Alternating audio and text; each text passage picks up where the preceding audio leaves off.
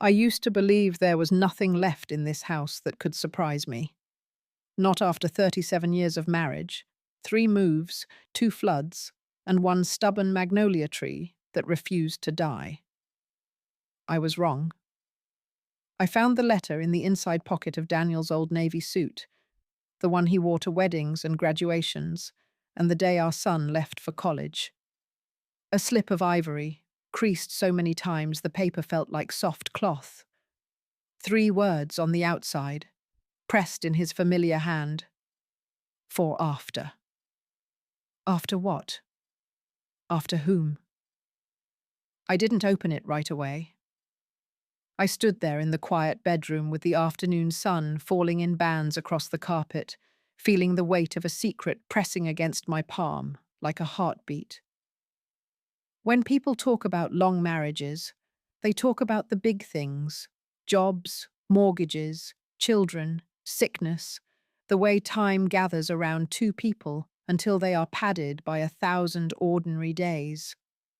What they don't say is that secrets can live inside all that softness, like a thorn sewn under a quilt.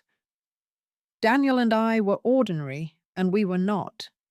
He laughed from his chest. He could fix anything. He believed in ironed shirts and quiet apologies.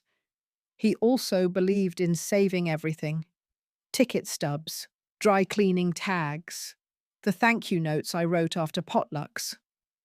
So when I took his suit from the back of the closet, to donate it finally after 2 years without him, I expected lint and a paperclip or 2. Not a letter addressed to no one and everyone. Not for after. I set the suit on the bed. My hands shook with a kind of old grief I know you understand. The grief that returns on Tuesdays for no reason at all. The grief that makes the floor tilt when you step in last year's shoes.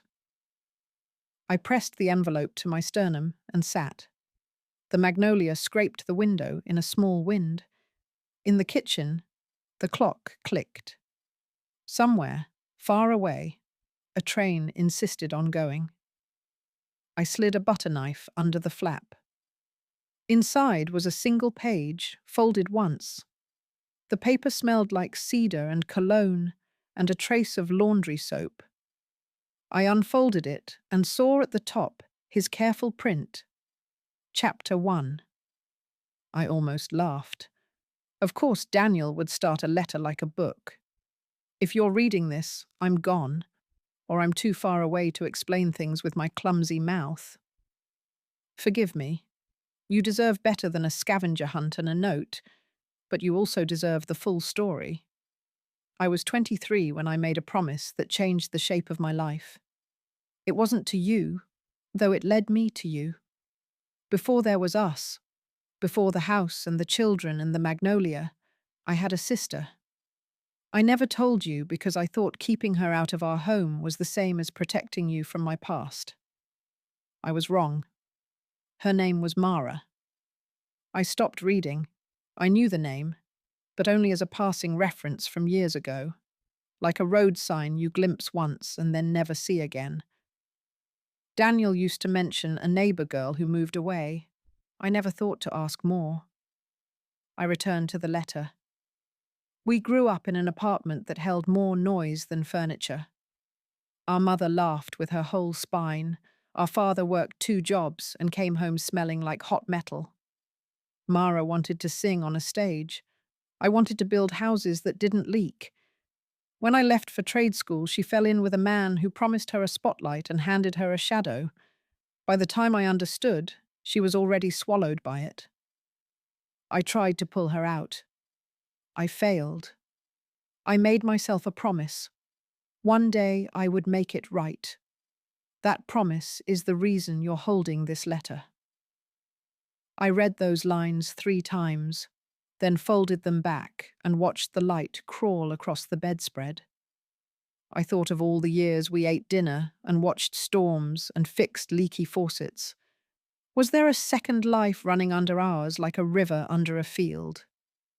I went to the dresser and found the old shoebox where Daniel kept his junk, which was never junk to him.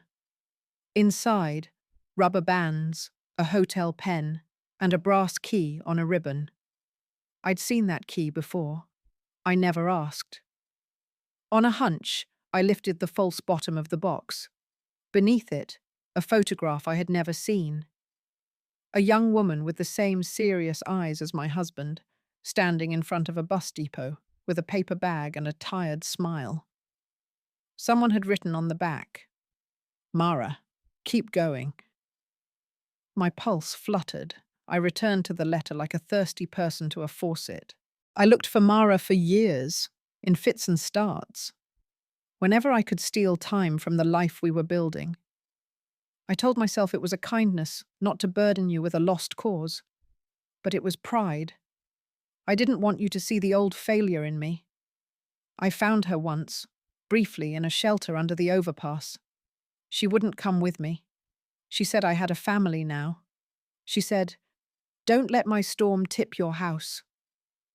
We argued. She walked away with that stubborn tilt of her chin you know from me. I left money with the staff.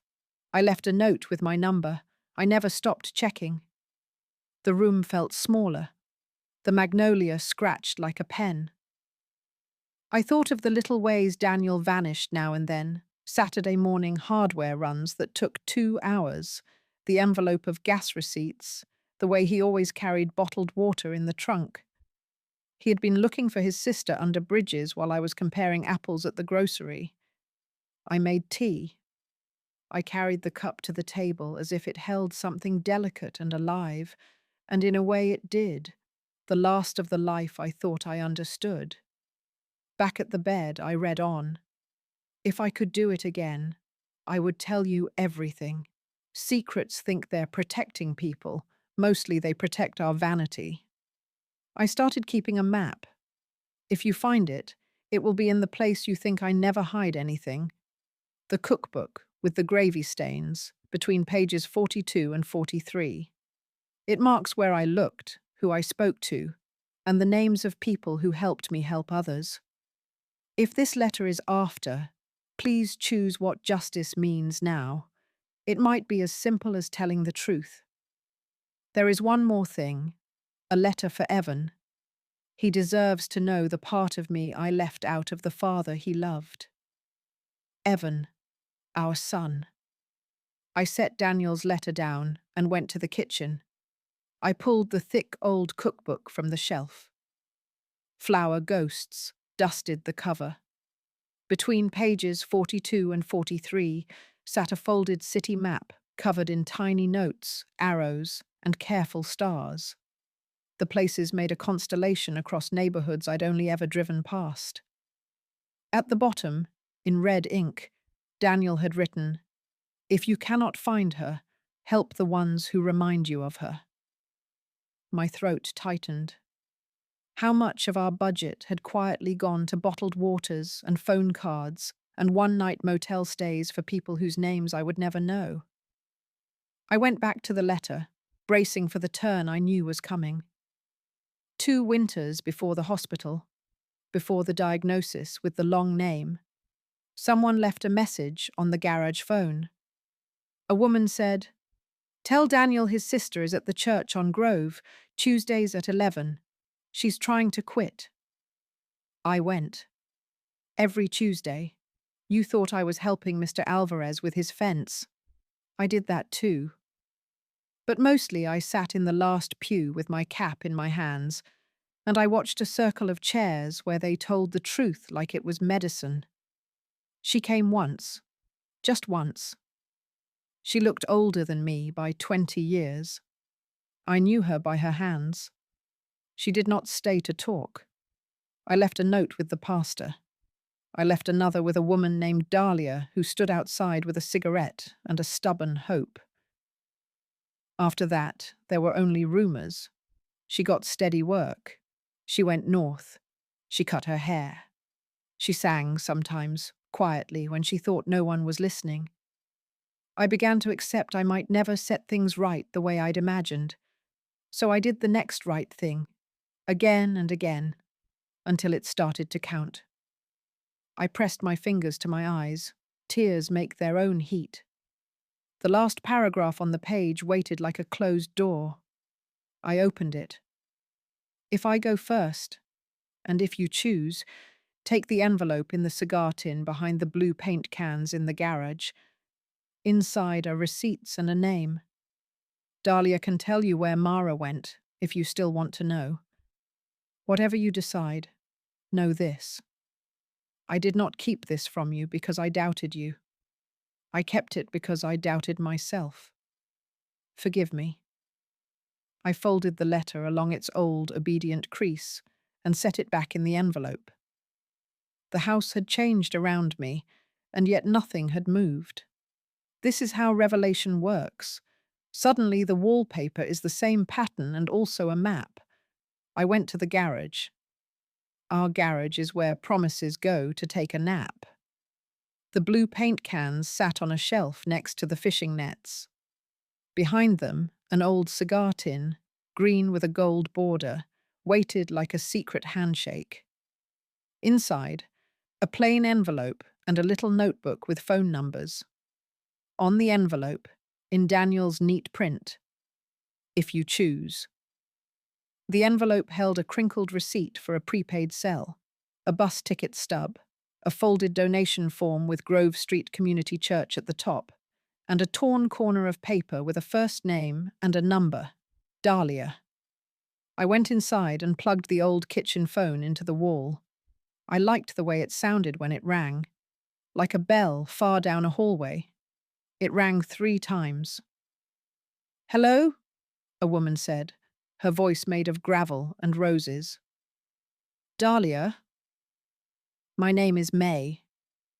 I think you knew my husband, Daniel." The quiet on the line expanded like a lung. "I knew a man named Daniel," she said. "Came to Tuesdays." Sat quiet, gave out bottled water like a deacon.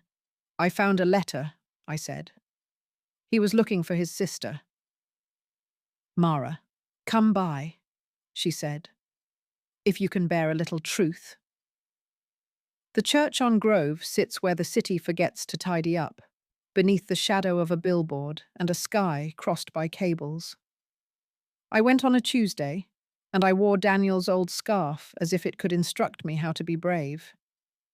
Inside, the sanctuary smelled like wood polish and coffee. A woman with silver braids and a face like someone who had fought to keep it kind met me at the door. "You must be May," she said. "I'm Reverend Lila."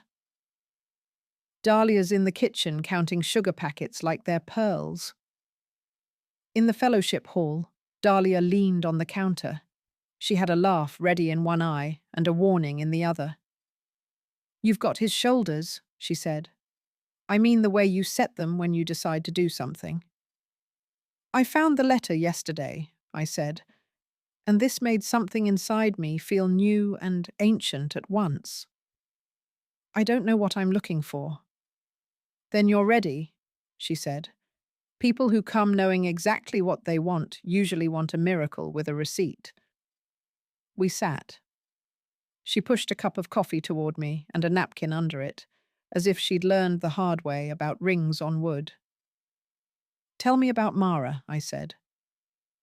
Dahlia told me a story with no villains and too many doors.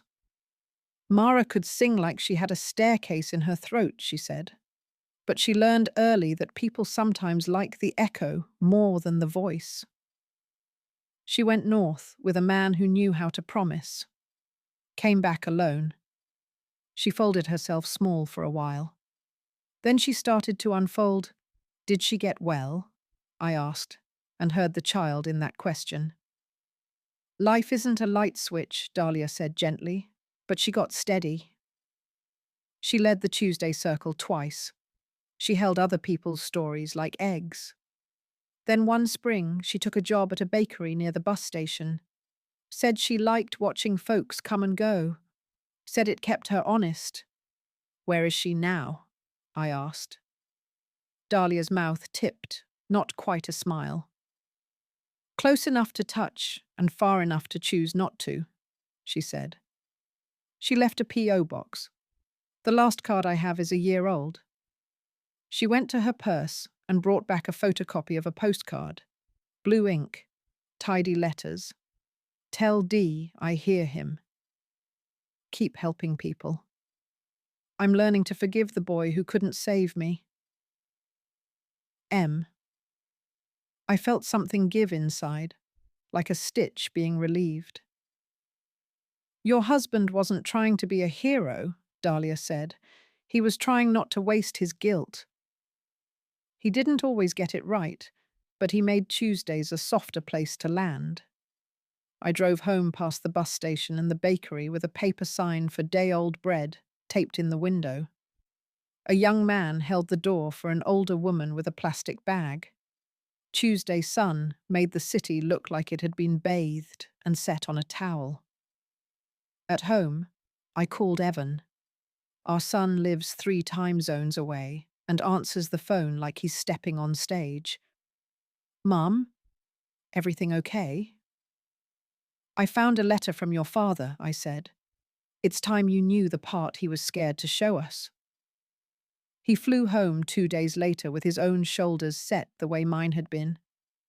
We sat at the kitchen table with the map spread like a quilt and the letter between us like a small, bright animal. I read it aloud in Daniel's voice as best I could. Evan listened with his eyes narrowed the way he did as a boy when he was memorizing a new magic trick. When I finished, he rubbed his hands over his face and then laughed a little, helplessly. Dad, he said, shaking his head. Doing good like a secret hobby. We can be angry, I said. We can also be proud. Can we be both? He asked, dated. Yes, I said. That's how grown people love. Evan and I went back to Grove Street the next Tuesday. We brought a flat of bottled water because some traditions are too good to stop. And we brought, too, our awkwardness and our hope. The circle let us sit. We listened to stories told like medicine, just as Daniel had. Afterward, we asked Reverend Lila if we could help. She smiled, the way old trees must smile at spring. There's a bench out back that needs mending, she said to Evan, who grinned because he is his father's son. And May, we've got a little fund for motel rooms when the weather is bad. It's thinner than it should be. We mended the bench, we replenished the fund. Some Tuesdays we stay for the circle, some Tuesdays we leave quietly after setting out cups. Sometimes I bring day-old bread from the bakery near the station and imagine a woman with serious eyes tying on an apron and humming under her breath. At home, I wrote my own letter. I wrote it the way you talk to a person who is both here and gone.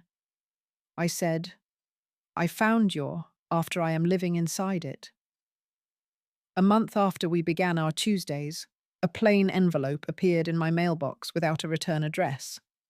Inside, a single page in blue ink.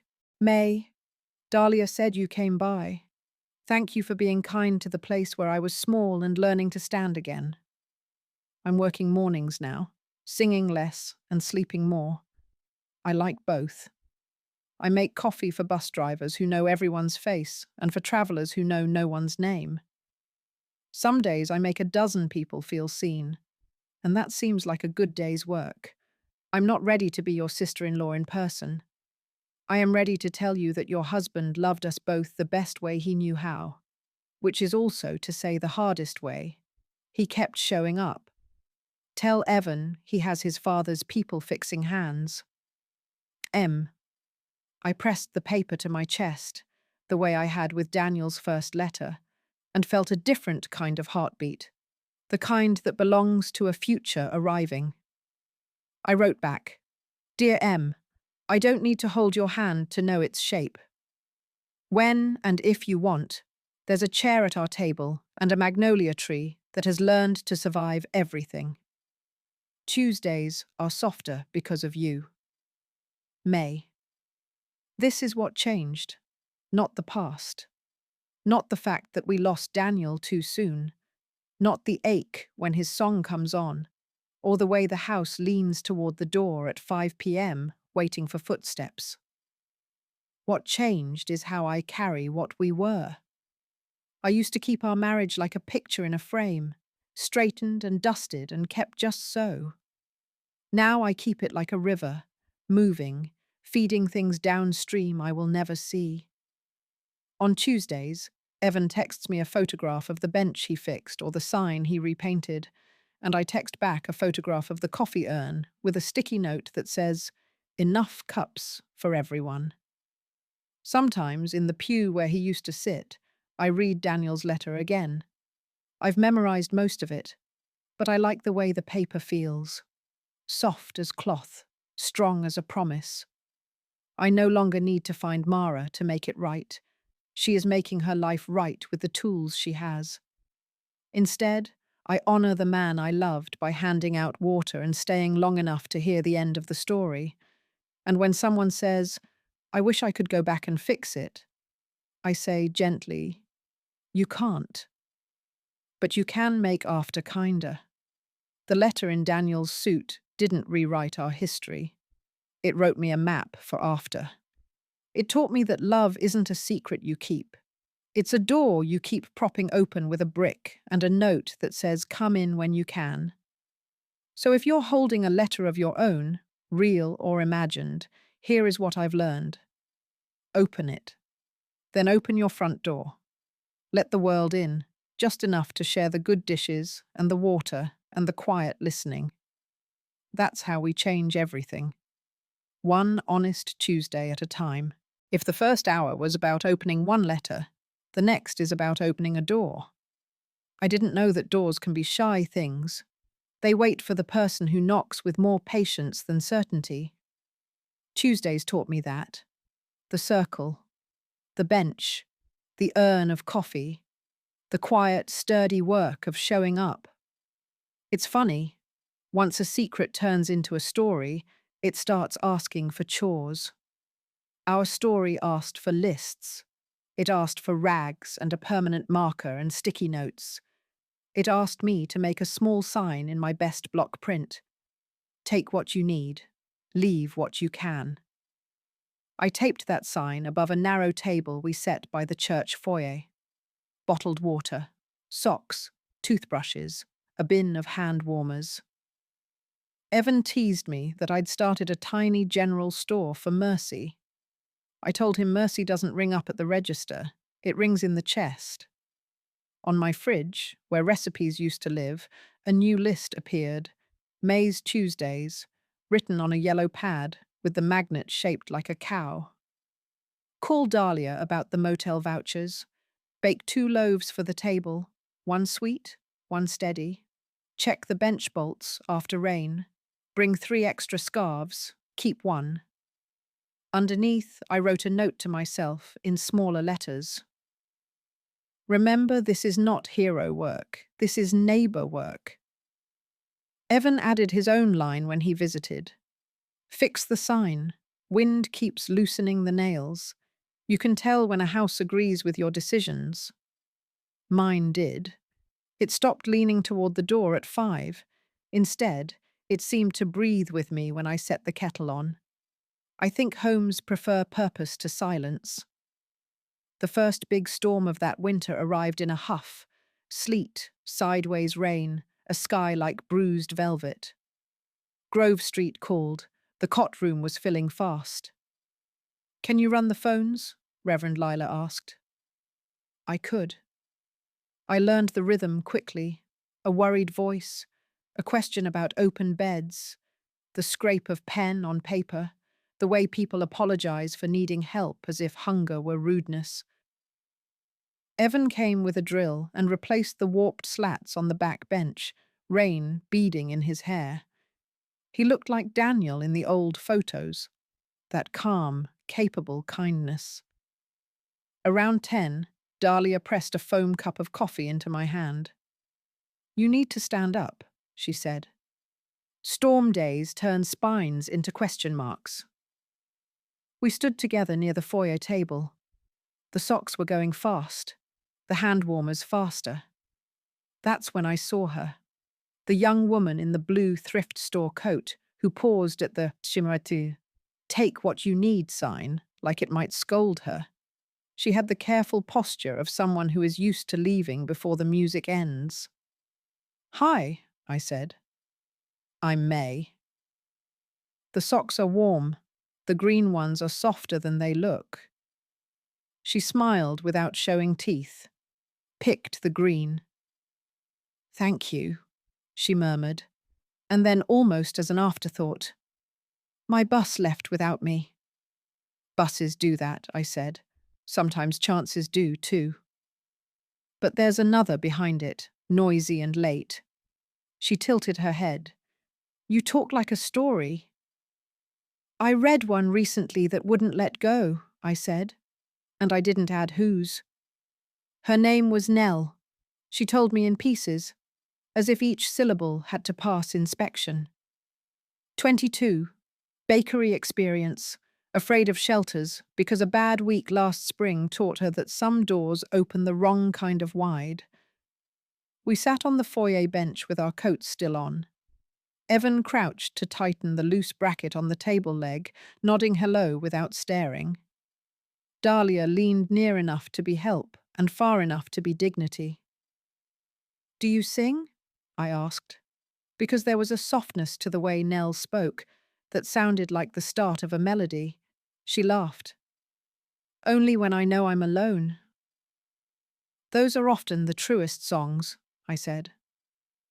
We found Nell a room at the motel 2 blocks over, 2 nights, then check back.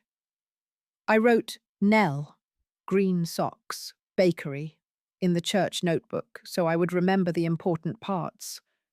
She stood to go, tugging the 2 long sleeves over her knuckles. "Why are you kind?" she asked, not accusing, only wary. "Because someone I loved kept a map," I said. "It led me here." "Maps get people lost," she said. "Only the bad ones," I answered. "Or the ones that try to skip the next step." She nodded like she might test that sentence later to see if it still fit. A week later, the storm had rinsed the city and left it rinsed out, everything brighter, a little raw. I brought day-old bread to Grove Street and refilled the sock bin. Nell returned. The green socks were tucked neat into her thrift store coat pocket like a talisman. "I tried the bakery near the station," she said. "They said they don't hire without references." "References are just stories stamped by someone with a stapler," I said. "Let's get yours stapled." Dahlia made a call to a women-run cafe 2 neighborhoods over, Morning Porch, the kind of place with a bell on the door and a chalkboard that never quite erases. The manager, Anna, said, "Send her in. We've got a dish pit and a patient dishwasher to teach." That afternoon, I walked with Nell to Morning Porch. We took the long way, the one that passes the magnolia on my street. A late bud clung stubbornly to the branch like a white refusal. "Your tree doesn't know the calendar," she said. "It knows how to survive," I said. "That's better." At the cafe, the bell chimed our arrival. The air smelled like cinnamon and mercy. Anna came out with damp hands and the kind eyes of someone who's washed too many spoons to judge. "You're May's friend," she said to Nell. "That's a reference." "Is it?" Nell asked, soft. "It is," Anna said. 2 weeks trial. If your yes stays yes and your no stays no, we'll extend." Nell nodded. She had that careful posture again, but I noticed a quiet newness in the way she breathed, as if her ribs were trying on hope for fit. That night, after tea, I opened Daniel's letter again. I knew every loop of his handwriting now, every tidy print where he was afraid cursive might get misunderstood. At the bottom, under D, I had always missed a faint impression of pen, like something pressed through from a page above. I held the paper to the lamp. There it was, barely there. C, cigar tin. I had already seen it once. The notebook, the receipts, the name Dahlia. But something in the nudge felt like an unfinished corner. Back to the garage I went, slippers and all. The tin slid open with a familiar sigh. Beneath the little notebook was an index card I had somehow overlooked, stuck to the back, hiding. On it, Daniel had written 3 lines. P.O. Box 314, North Station M, last check-in, June. If May finds this, tell her she will know what to do. I started to laugh. Quiet. Surprised. Oh, Daniel, I said to the dust and the nets and the careful cans of paint. You always did give me too much credit. Still, the map was clear enough. The next morning, I went to North Station. North Station is a geography of beginnings and bargains, people making deals with time. If I leave now, will I arrive as someone braver? The clerks at the PO counter know when not to ask questions. I stood in a line of unremarkable miracles and asked for a key check on box 314. We can't give you contents, the woman said. But we can say if it's registered, and if there's mail waiting. I slid Daniel's index card across the counter like a small passport. My husband passed, I said simply. His notes led me here. She read the card, then looked at me with the soft sternness of a person who has seen enough stories to dislike shortcuts. It's registered, she said eventually. There's mail in it. New, not old. Could you leave a note in? I asked. No return address. Just a message. We can do that, she said. But people move. Sometimes they move toward, I said. What do you want it to say? I wrote on a small square of paper, printing like Daniel would have. Tuesdays are softer. Your brother's love is still working.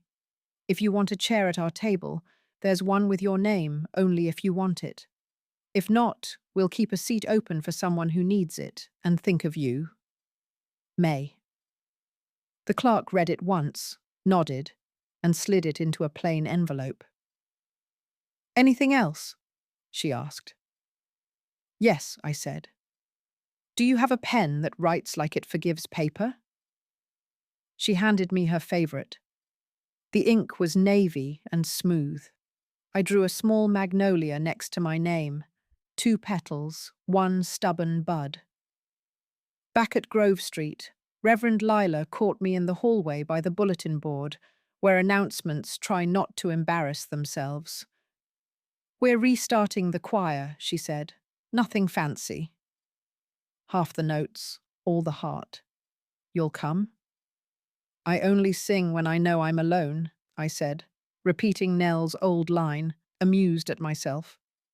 That's what harmony is for, she said. It hides us beautifully.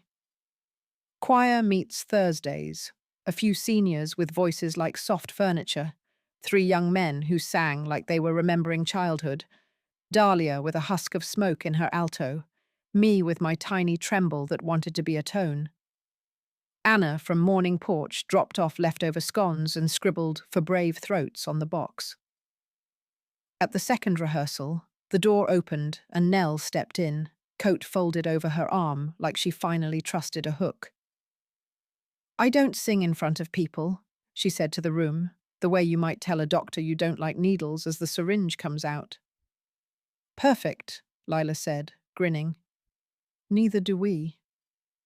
We mostly sing beside people. We warmed up on humming. Then, leaning on the everlasting arms, then a 2-line benediction that fit the church like a well-mended quilt. When we finished, Nell's eyes glittered the way windows do right before rain.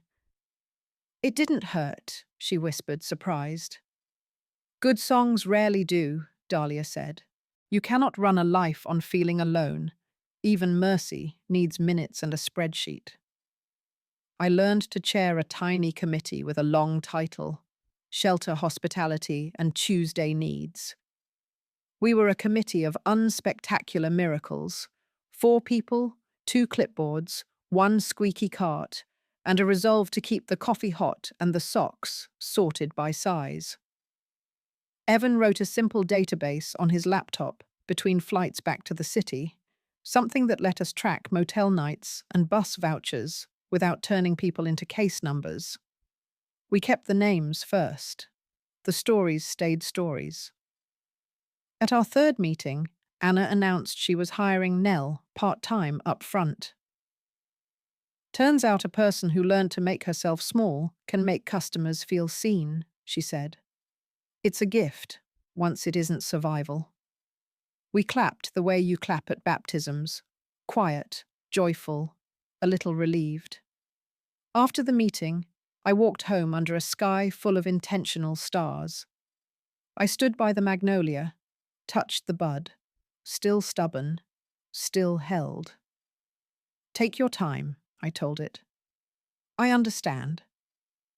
On a Tuesday in late winter, I was refilling the sugar packets when Dahlia touched my elbow. Don't look fast, she murmured. But look.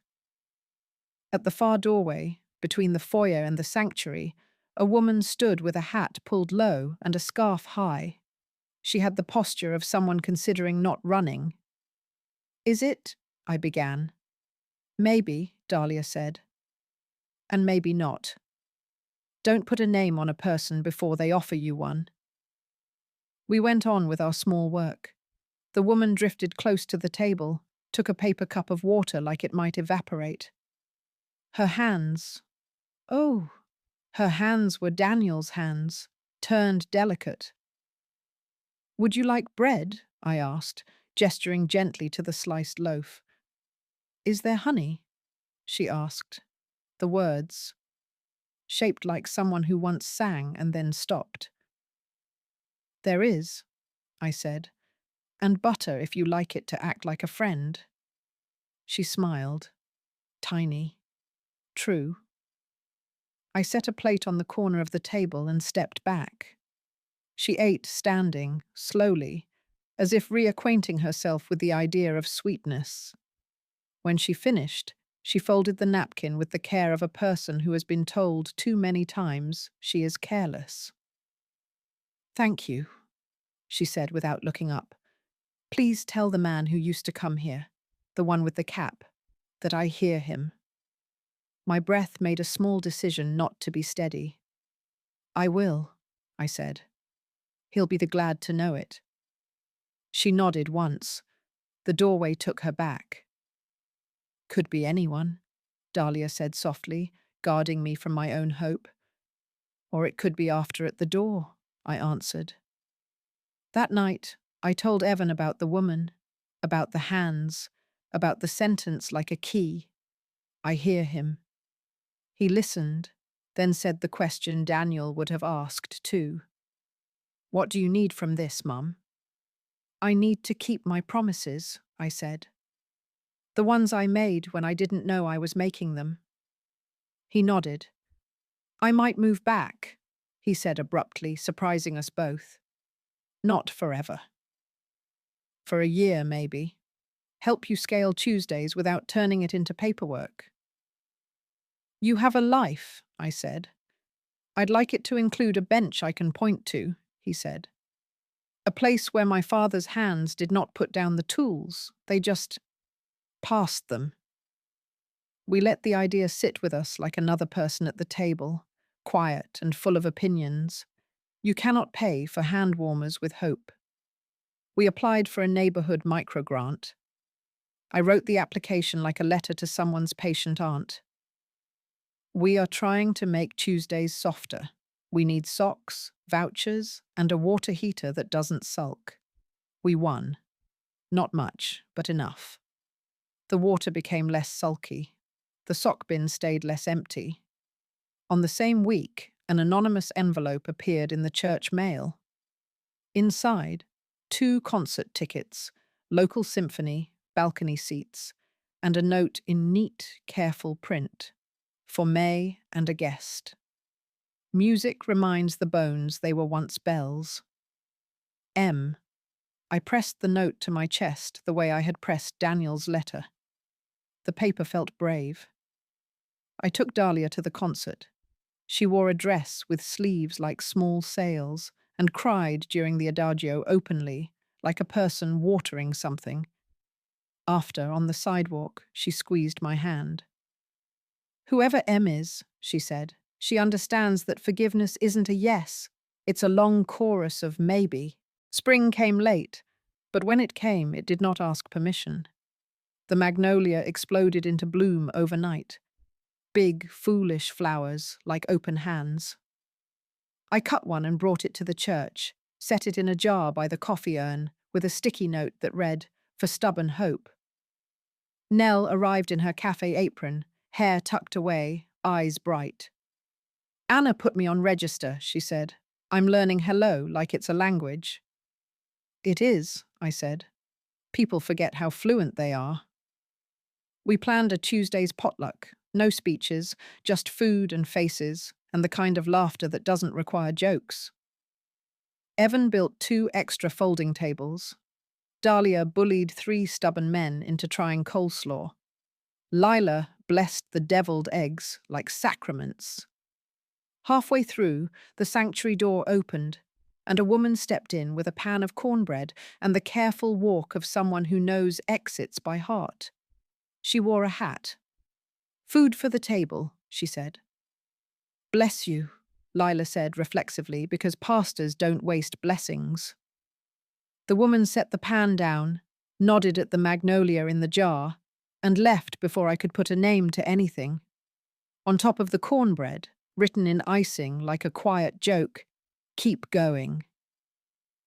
Daniel's photograph of his sister had those words on the back. I felt the universe flip a small, meaningful coin. We decided to name the back bench, not for a person we might lose or misplace, but for the thing we were trying to do. The plaque reads, "The next right thing. Rest here." People smiled when they saw it. Some took pictures as if faith needed documentation. Evan oiled the wood and argued cheerfully with a wasp who mistook the corner for real estate. Dahlia taped a small warning under the seat. "Wasp, considering a condo." We held a tiny dedication, 3 verses of a hymn and a chorus of laughter when the bell rang on its own, as if to approve. I sat there after everyone left, the building empty enough to echo, the magnolia's scent sneaking out the side door. "Thank you," I told the air. And I meant it for Daniel, for M, for all the people who choose a door and then choose it again tomorrow. One warm Thursday, I took the bus to the station bakery Daniel had circled long ago on his map. The door's bell had a more exhausted ring than morning porch, and the display case did not pretend it held Paris. At the back, through the pass, I saw a woman sweeping, hat on a hook, hair short and silvering. Her hands, those hands again, measured the broom's motion like they were conducting a metronome. "Can I help you?" the counter girl asked me. "I'd like 2 of whatever the baker recommends," I said, eyes staying where they were. "Ma'am?" the younger woman repeated. The older one looked up, saw me seeing her, and in that instant we agreed on something. Gentleness. She came forward, wiping her palms. Up close, her eyes were not Daniel's eyes, not exactly, but they carried his same foolish insistence on trying again. "We're out of what's famous," she said, "but we have what's good." "I'll take good," I answered. "Good has carried me farther than famous ever tried." She wrapped 2 slices of cornbread in paper, slid them across the counter like an offering that expected nothing back. "Thank you," I said, and meant it for 1,000 things. As I turned to go, she said softly, "Tell the man with the cap that Tuesdays kept me." I paused, hand on the door. "He can't come," I said, plain as weather. "But he's here when we set the chairs. He's here when the socks go fast." She nodded once, like someone closing a book, gently. "Keep going," she murmured. "We are," I said. and then we let the bell do the rest. I write letters now that don't require stamps. I write them on index cards and tuck them behind plaques, under sugar bowls, into the spine of the gravy-stained cookbook. I write them for people who might read them and for people who won't. To the next person who sits on the bench, rest first. Then choose the next right thing, small and doable, the kind you can carry in one hand while holding the door with the other. To the clerk at the PO counter, your pen forgave the paper and you forgave me for asking. To M, your cornbread tasted like a second chance. I saved the corner with the word keep and ate the going so I would. Evan says I've become the patron saint of sticky notes. I say saints are just people who forgot to stop. On a pale Tuesday, as the kettle sighed in the church kitchen, Nell walked in with a new steadiness to her step. Anna says I can manage the morning shift alone, she said. I keep a tip jar with a note that says for Tuesdays, people put in more for the mystery. That's how some miracles work, I said. They pretend to be riddles until you're already inside the answer. We were stirring sugar when the doorway filled again with the woman from the bakery. Hat on. Careful. Coffee? I asked. She nodded. We did not say names. We did not ask for proof. We arranged cups and silence and the gentle choreography of people who know that identity can be both true and tentative. Before she left, she put a folded paper on the edge of the table. Don't read it now, she said. Read it after.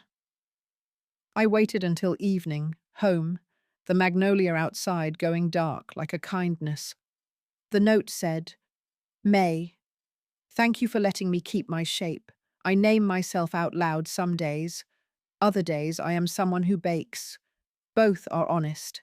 Tell your boy that benches save more people than speeches. M. I pressed the paper to my sternum and felt the steady thud of a hearter that knew what to do next. Not chase, not fix, not force. Evan moved back in June with 2 suitcases and the kind of grin that forgives a city in advance. He rented a small apartment 4 blocks from Grove Street and immediately bought a hammer he did not need because it reminded him of Daniel. Am I becoming sentimental? He asked, holding the hammer up like a ridiculous flag. You're becoming thorough, I said. It's different. He set up a weekly repair and tea hour. Anyone could bring a wobbly chair, a broken hinge, a radio that needed to learn the news again. He would fix, I would pour. People came. They always do when the price is attention. At the end of the first month, he added a small sign above his toolbox. If you can't pay, tell me a story. We learned a neighborhood that way. The way a woman in her 70s kept a suitcase packed because life had taught her to leave quick. The way a man with calloused hands could not meet your eyes while you praised his mended stool. The way a 10-year-old boy wanted to know how to oil a hinge because it sounded like making something quieter. I would tell Daniel these things at night, out loud sometimes, unashamed. He would have loved the boy with the hinge. He would have loved all of it. There is one more thing. You thought the cigar tin was done doing tricks. So did I. But the universe likes a good callback. During a summer clean-out, I tipped the tin upside down and a microcassette fell out, the kind reporters used when phones still had tails. It was labelled in Daniel's print, Tuesday test. I dug out an old recorder from a thrift store, blessed be the back shelf, and fed the tape in with the reverence of a person loading a memory. His voice came first, younger than I remembered and older than when we met. Testing. Tuesday. If anyone ever hears this, it means I was trying to get brave enough to tell the truth out loud. He breathed. You could hear the room, maybe the garage, quiet, except for a moth who believed in light. Mara, I am sorry I made myself the hero in my head. I am sorry I measured help by whether it was received in the way I needed. I am learning to show up without a script. I am learning that love is long and mostly unphotogenic. A small laugh. Then, May, if you're listening, you already know more than I could say in a letter. Thank you for making a life where a man could practice being better without being punished for not being best. Silence. Then the click of a button and the whir of a tape deciding it had said enough. I cried in the patient way, shoulders still, eyes doing the work. Then I took the recorder to Grove Street and played the tape for Reverend Lila, who listened with her head bowed as if her ear had knelt. "Put that in the church archive," she said, smiling, "under How to Apologize Without a Parade." By late summer, Grove Street held a festival of small things. No stage, just stations. Repair and tea, mercy table, choir that doesn't audition, story bench. Nell sang harmony with Dahlia on a tune that did not mind being simple. Anna brewed coffee. Evan fitted a new board onto an old step, as if the wood had asked quietly and he had said yes. I stood near the magnolia we'd potted from a cutting, Magnolia 2, and welcomed whoever wandered close. Near closing, a woman in a hat placed a folded paper on the table where donations had begun to appear, like politely multiplied loaves. "For the motel fund," she said. I nodded, not reaching for the paper until she was gone. Inside were 20 bus vouchers and a note. I looked up into the late sun and imagined a younger Daniel somewhere smiling with that relieved, quiet pride he saved for when a plan went right by accident. This is what the letter changed, 40 minutes further on. We still miss him. That doesn't change. But the missing has a job now. It sets tables, it tightens bolts, it stocks socks and writes notes and sings second soprano when the melody gets shy. Mara, or M, is not a ghost or a prize. She is a person making a life that holds. Some days she is a name in a box at a station where people bargain with time. Some days she is a hat and a pan of cornbread at a door she can leave when she needs to. All days she is Daniel's sister and my after. Nell keeps learning the language of hello. Evan has a bench to point to. Dahlia laughs with one eye and warns with the other and smokes fewer cigarettes because the choir steals her breath more kindly. Reverend Lila keeps blessing things without asking their permission. Anna remembers everyone's coffee order like an archive of small mercies. And me? I keep the kettle ready. I keep the door unafraid. I keep the map. Daniel started, not as a hunt, but as a habit, a constellation of next right things. If you're listening with a letter in your own pocket, this is where I leave you for now, with the simplest instructions I know. Open it, then open something else, a door, a hand, a calendar to Tuesdays. We can't change the past, but we can change the after until it looks like a place someone would be glad to arrive. Summer leaned hard on the city. The news called it a heat advisory. I called it a test for every fragile plan. Grove Street opened early, fans humming like patient bees, pitchers of water sweating on the mercy table. Evan set up a pop-up shade by the bench and scrounged 2 more box fans from a neighbour who hoards good intentions in his garage. We added a new sign in thick marker. Cool here. No questions. People came, quiet and grateful, the way you enter a library.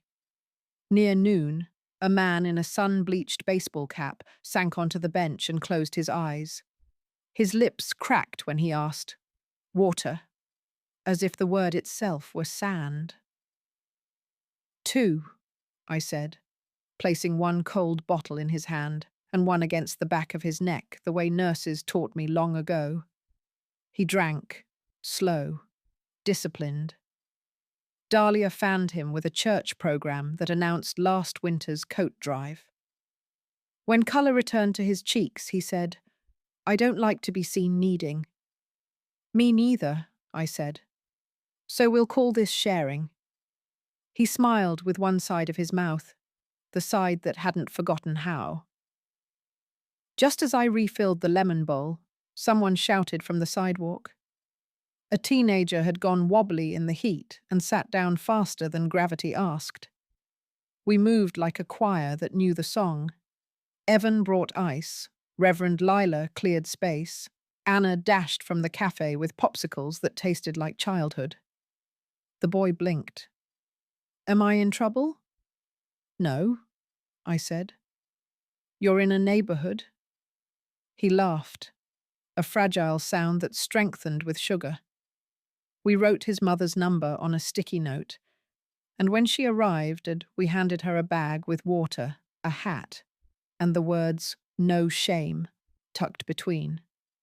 At day's end, when the fans finally sounded tired, I found an envelope on the mercy table. Inside one line in blue ink, I taped it under the plaque, "The next right thing. Rest here," so it could do its quiet work while no one watched. That Thursday, choir rehearsals sagged in the heat until Nell said, "Can we try leaning without the parts?" We did. Just melody, unbraided and brave. Halfway through, her voice lifted a half-size louder, like a bird trusting a thermal. Not a solo, exactly. More like a confession set to a tune. When we finished, she covered her face and laughed. "It didn't hurt," she whispered again, this time with a touch of pride. "Keep going," Dahlia said, as if the words themselves were a gentle nudge down a good road. At home, the magnolia dropped 2 petals onto the porch, white boats headed nowhere in a hurry. I swept them into my palm and set them on Daniel's letter the way you press flowers into a book to name a season. This is what we keep, 10 minutes further on. A bench with a plaque, a fan that outlived a heat wave, a pocket of bus vouchers, a church that hums like mercy, a bakery window where a woman nods without promises, a son with a hammer, a friend who smokes fewer cigarettes because songs are stealing the habit kindly, a girl who sings beside people, and a letter that keeps teaching me how to live the after without asking the before to change. If you need a final instruction, it is the same one written in icing and in blue ink, and in the way our feet learn the path to Tuesdays. Keep going.